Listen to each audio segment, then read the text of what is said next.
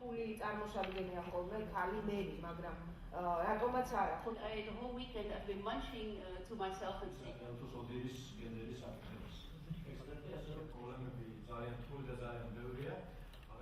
With a focus on some success factors as well as continuing challenges. And secondly, your thoughts. დაკავშირებულია მომავალ თვითმმართველობის არჩევნებთან. ამიტომ ძალიან დროულია მართლაც კარგად გაიაზრო რა ვიჩაება წარსულობაში. მე პატარა მოგესალმებით ძვირფასო ქალბატონებო და ახბატონებო, მინდა გავიმეორო იგივე მოლოცვა რაც ქალბატონმა მანამ ბრძანა. მართლაც სიამოვნებით გილოცავთ დედის დღესაც, ქალთა საერთაშორისო დღესაც და გისურვებთ რომ ყოველივე საუკეთესო ქონოდეს თქვენს ოჯახებს და ჩვენს სამშობლოს. მინდა მადლობა გადავუხადო ორგანიზატორებს ამ ღონისძიებისათვის. მართლა ძალიან მნიშვნელოვანია რომ ამ ტიპის შეკრებები ტარდება და ნამდვილად მნიშვნელოვანია რომ ეხლა ადგილობრივი თვითმმართველობის არჩევნების წინ საუბრობთ სწორედ ქალთა პოლიტიკურ ჩართულობაზე. მნიშვნელოვანია, იმიტომ რომ მართლაც სამწუხაროდ მიუხედავად იმისა, რომ ძალიან დიდი ხანია უკვე აქტიური მუშაობა მიდის მთელ მსოფლიოში ქალთა უფლებების დაცვაზე და აქ ქართველი ქალბატონები არასამთავრობო ორგანიზაციის წარმომადგენლები მართლა ძალიან აქტიურად მოღვაწეობენ. ამის და მიუხედავად პრობლემები მართლაც ძალიან ბევრია.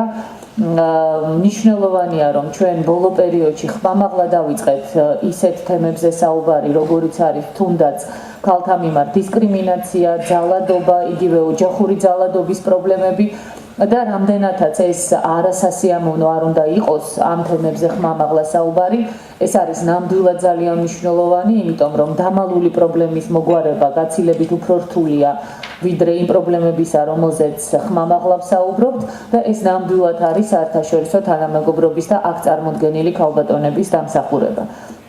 ხანდახან შეიძლება ჩნდება ხოლმე ესეთი განცდა, რომ თქვათ რა დროს ან კვოტებზე, ან პოლიტიკაში ქალების აქტიურობაზე საუბარია, როცა ქალები ხშირ შემთხვევაში ძალადობის მსხვერპლნი ხდებიან და მათ შორის მე ამის წინ ნახე სრულიად შოკის მომგვრელი ინფორმაცია, რომ ევროპაშიც კი 30%-ზე მეტი ქალბატონი ძალადობის მსხვერპლად მიიჩნევს თავის თავს. მაგრამ სწორედ ალბათ აქედან გამომდინარეა მნიშვნელოვანი ქალთა პოლიტიკურ აქტიურობაზე საუბარი, იმიტომ რომ რაც უფრო აქტიურად იქნებიან ქალები ჩართული პოლიტიკაში, იქნება ეს საკანონმდებლო საქმიანობა თუ იქნება ეს თქვათ თვითმმართველობის ან სხვა პოლიტიკურ დონეზე მათი აქტიურობა, მით უფრო მეტი ბერკეტი და შესაძლებლობა ექნებათ მათ რომ მეტი ყურადღება მიაქციონ ქალთა პრობლემებს. მე ძალიან მოხარული ვარ ნამდვილად გულწრფელად რომ იმ გენდერული საბჭოს თავმჯდომარე, რომელიც თავის დროზე მე დავაფუძნე პარლამენტში, დღეს არის ძალიან ღირსეული ქალბატონი მანნა კობახიძე და მიმაჩნია რომ ძალიან მნიშვნელოვანია რომ ამ საბჭომ გააგრძელოს ძალიან აქტიური მუშაობა და ვიტყოდი იმასაც რომ მართლაც მნიშვნელოვანია რომ ჩვენ დავეხმაროთ ამ საბჭოს იმიტომ რომ მნიშვნელოვანია არა მხოლოდ საკანონმდებლო ბაზის შექმნა, თუმცა ეს თავისთავად არის მნიშვნელოვანი, არამედ მნიშვნელოვანია ამ ბაზის იმპლემენტაციისათვის საფუძვლების შექმნა. მიუხედავად იმისა, რომ მე ზოგადად კვოტების მომხრე არა ვარ ხოლმე, ვფიქრობ, რომ ეს მაინც არის ერთ-ერთი გამოსავალი ქალთა გააქტიურებისა და ამჯერად ნამდვილად პოზიტიურად შევაფასებდი იმას, რომ 30%-იანი კვოტა იქნა შემოღებული, ოღონდ იქნა ეს ეგრეთ წოდებული რბილი კვოტა შემოღებული, რაც უფრო მეტ შესაძლებლობას გვაძლევს იმისას, რომ თუ არ აყავს პარტიას 30% ღირსეული ქალბატონების, აქტიური ქალბატონების, არ იყოს ეს ესე ვთქვათ, ესეთი ხისტი კვოტა, რაც უარესი შეიძლება აღმოჩნდეს, თუ არ იქნება საკმარისი კვალიფიციური ადამიანი წარმოდგენილი, მაგრამ არის ახალისების მომენტი შემოტანილი იგივე დაფინანსების თვალსაზრისით. მე ვფიქრობ, კარგი გამოსავალი იქნა მოძებნილი იმისათვის, რომ წახალისდეს პოლიტიკური პარტიები, რომ უფრო აქტიურად ეძებონ ქალბატონები თავიანთ რიგებში გასაწევრიანებლად, მაგრამ თუ ვერ იპოვიან, ვთქვათ, არ გააკეთონ აუცილებლობიდან გამომდინარე ხელოვნური არჩევანი. ასე რომ ვფიქრობ, რომ ეს თავისთავად ძალიან მნიშვნელოვანი და სწორი გახლავთ. ეხლა რაც შეეხება, ვთქვათ, იმ პრობლემას, რომელიც ქალბატონმა მანანამ მაჟორიტარებთან დაკავშირებით დააყენა, მე ვიტყოდი, რომ მართლაც ესე არის სამწუხაროდ, ზოგადად ქალბატონები ნამდვილად ერიდებიან მაჟორიტარებად თავიანთ კანდიდატურის დაყენებას და არა მხოლოდ თქვათ იმ კონკრეტული ფაქტორიდან გამომდინარე, რომელიც აქ ერთ ქალბატონთან დაკავშირებით ითქვა. ეს უმეტეს შემთხვევაში არის დაკავშირებული ფინანსების მოზიდვის სირთულესთან. ამიტომ ის თუნდაც ის 30%-იანი პარტიების დაფინანსების მომატება, ამ ტიპის სახალისებები შეიძლება იყოს მაჟორიტარ ქალბატონებთან დაკავშირებითაც. რაც შეეხება ადგილობრივი თვითმმართველობის არჩევნებს, ახლა ჩვენ პარტიაში ნამდვილად დემოკრატიულ მოძრაობაში ნამდვილად საკმაოდ ასე ვთქვათ ნორმალურად აგვაქვს გენდერული თანასწორობის საკითხი გადაწყვეტილი, როგორც ასე ვთქვათ უფროსი თაობის ან საშუალო თაობის წარმომადგენლების სახით, ასევე ახალგაზრდა თაობის წარმომადგენელთა სახით. რაც შეეხება ვთქვათ თვით საარჩევნო გარემოსთან დაკავშირებით, ნამდვილად მინდა რამდენიმე სიტყვა ვთქვა. ეხლა მე ყოველთვის ვცდილობ, რომ ობიექტურად შევაფასო ვითარება, ნამდვილად შემიძლია ვთქვა, რომ დღეს საარჩევნო გარემო ქართული ოცნების წყალობით არის განუზომლად უფრო უკეთესი, ვიდრე ეს იყო წინა პერიოდების განმავლობაში. აქ ითქვა, რომ ვთქვათ ერთ-ერთი ოპოზიციური პარტიის 3 წარმომადგენელია დაჭერილი. არც ერთი არ უნდა იყოს თუ სამართლოთაა და თუ სამართლიანად არის და მე ვფიქრობ, რომ სამართლიანად არის ეს ასე ვთქვათ ესეთი თემა, მაგრამ ჩვენი პოლიტიკური პარტიიდან 45 პატიმარი იყო დაპატიმრებული, სრულიად უსაფუძვლოდ, ყველას ჰქონდა ერთი და იგივე ბრალდება, რომ პოლიციელს მეოთხე ღილია, ასე ვთქვათ, წინააღმდეგობის გაწევის დროს პერანგზე მეოთხე ღილი ააგლიჯა, რატომღაც ყველა მეოთხე და არც ერთმა მესამე ან მეხუთე აბსოლუტურ უმრავლესობას ეს ბრალდება ჰქონდა წაყენებული, ესე რომ მიხარია, რომ დღეს მართლაც გაცილებით უკეთესი გარემოა და სამართლიანობის აღდგენა გაცილებით მეტ მუშაობას მოითხოვს ქალბატონო მანანა და უმრავლესობას მინდა ეს ვუთხრა, რომ არასოდეს არავის ეჭვი აღარ შეეპაროს იმაში, რომ ქვეყანაში არის პოლიტიკური დევნა, ვინც ასე ვთქვათ, დასაჯელია სამართლებრივად, სწორად უნდა დაისაჯოს და ეს არგუმენტირებულად უნდა იყოს, ვინც არ არის დასაჯელი, ბუნებრივია იმ ადამიანების მიმართ, რაც არ უნდა არ მოგწონდეს მათი პოლიტიკური მოსაზრებები, არავითარ შემთხვევაში არ უნდა იქნეს გამოყენებული არანაირი წნეხის და დევნის მომენტები.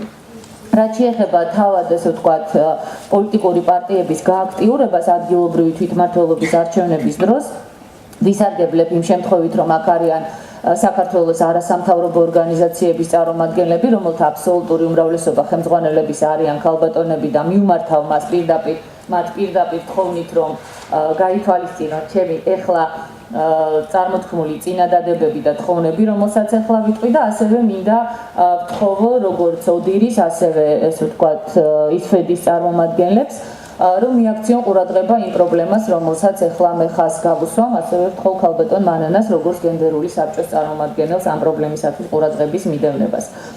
მე ძალიან არ მიყვარს ხოლმე წუწუნი და მით უფრო პოლიტიკაში, მაგრამ ფაქტია, რომ მიუხედავად იმისა, რომ ასე ვთქვათ, ჩემი პარტიის თავმჯდომარე არის ქალი, ამ შემთხვევაში გახლავართ მე და ძალიან ბევრი ღირსეული ქალბატონი ყავს წარმოდგენილი, ჩემი პარტია აშკარა დისკრიმინაციის რეჟიმშია დღევანდელი ხელისუფლების გადაწყვეტილებებიდან გამომდინარე. ეს დისკრიმინაცია ეხება არა მხოლოდ იმას, რომ ჩვენ აღმოვჩნდით ერთადერთი პოლიტიკური ორგანიზაცია, რომელიც დაგვაჯარიმეს 65,000 ლარით იმ ფონზე, როდესაც გაცილებით უფრო მნიშვნელოვანი სამართლებრივი გადაწყვეტილებების მიღება არ ხდება. ადგილობრივი თვითმმართველობის არჩევნებამდე ჩამოგვაჭრეს პარტიის ბიუჯეტიდან 65,000 ლარი, რაც ჩვენთვის ძალიან დიდი თანხაა და ძალიან სერიოზულად მოგვაკლდება ადგილობრივი თვითმმართველობის არჩევნების დროს. ასევე ვიჩაგრებით იქედან გამომდინარე, რომ როგორც ჩანს ქართული ოცნების ცალკეული წარმომადგენლები ძალიან თავისებურად განმარტავენ კანონს. მე მაქვს ხედველობაში პოლიტიკური პარტიების შესახებ კანონის 30-ათე მუხლი, სადაც პირდაპირ წერია, რომ საარჩევნო წელს პოლიტიკური პარტია, რომელიც იღებდა მონაწილეობას ბოლო საყოველთაო არჩევნებში და იღებს დაფინანსებას ბიუჯეტიდან, უნდა დაფინანსდეს დამატებით იმისათვის, რომ მიიღოს დამატებითი თავისუფალი სარეკლამო, ანუ უფასო სარეკლამო დრო. აქ ძალიან ბევრი იურისტია და ყველას ძალიან კარგად მოგეხსენებათ, რომ ბოლო საყოველთაო არჩევნები ერთმნიშვნელოვნად ეს არის საპრეზიდენტო არჩევნები, რომელშიც ჩვენმა პარტიამ მონაწილეობა მიიღო და ასევე ჩვენ მივიღეთ დაფინანსება კომპენსაციის სახით 1 მილიონი ლარის ოდენობით. მიუხედავად ამისა, ზოგიერთი ესე ვთქვათ პარლამენტარი, რომელსაც როგორც ჩანს აქვს გადაწყვეტილების მიღებაზე ზეგავლენა, ამუხს კითხულობს თავისებურად და გვეუბნება, რომ ეს დაფინანსება არ ითვლება, შესაბამისად თქვენი პარტია არ მიიღებს უფასო სარეკლამო დროს. რა კრიტერიუმით არ ითვლება, მე ნამდვილად ვერ გეტყვით, იმიტომ რომ კიდეც რომ დავუშვათ, რომ კანონი ორმაგი კითხვის საშუალებას იძლევა, მე ვფიქრობ, რომ აი თუნდაც იმ თემიდან გამომდინარე, რომელსაც დღეს ჩვენ ვიხილავთ, პარლამენტს ჰქონდა შესაძლებლობა, რომ მიეღო ცვლილება. ფაქტია და სახეზეა ის გარემოება, რომ მე და ჩემმა პარტიამ 10% დავაფიქსირეთ საპრეზიდენტო არჩევნების დროს და ის რომ დღეს ჩვენ განსხვავებით ქართული ოცნებისა და ნაციონალური მოძრაობისაგან არ გვექნება არც რეგიონალურ მედიაში და არც ცენტრალურ მედიაში უფასო სარეკლამო დრო, ეს ვფიქრობ, რომ ნამდვილად ძალიან სერიოზული დისკრიმინაციაა.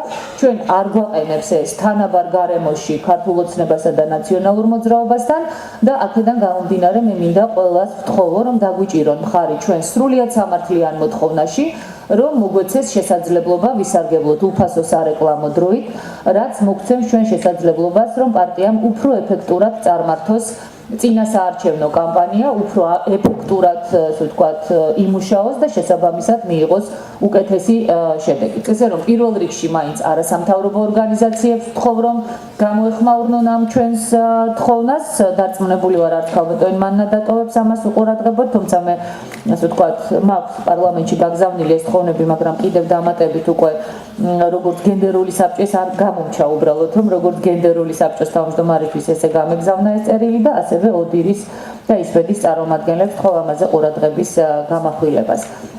სხვა ნამდვილად შემიძლია ვთქვა, რომ საქართველოში ნამდვილად არიან ქალბატონები, რომელთაც აქვთ საკმარისი კომპეტენციაც, საკმარისი გამბედაობაც და საკმარისი უნარებით, რომ ისინი წარმოდგენილნი იყვნენ აბსოლუტურად ყველა დონის წარმომადგენლობით ორგანოში დაწყებული უმაღლესი თანამდებობიდან და გაგრძელებული ადგილობრივი თვითმმართველობის ორგანოებით, მაგრამ ამას სჭირდება ძალიან სერიოზული კონკრეტული ხელშეწყობა და მე ვფიქრობ, რომ ამ დარბაზში შეკრებილი ადამიანები ნამდვილად ყველაფერს გავაკეთებთ იმისათვის, რომ მაქსიმალურად როგორც საკანონმდებლო, ასევე პრაქტიკულ დონეზე ხელი შეეწყოს ქალბატონების გააქტიურებას პოლიტიკურ ცხოვრებაში. დიდი მადლობა კიდევ ერთხელ ამ შესაძლებლობისათვის, დიდი მადლობა ამ ღონისძიებისათვის და იმედი მაქვს, რომ ყველა ასეთი ღონისძიება კონკრეტული შედეგებით და კონკრეტული გადაწყვეტილებებით დასრულდება. მადლობა.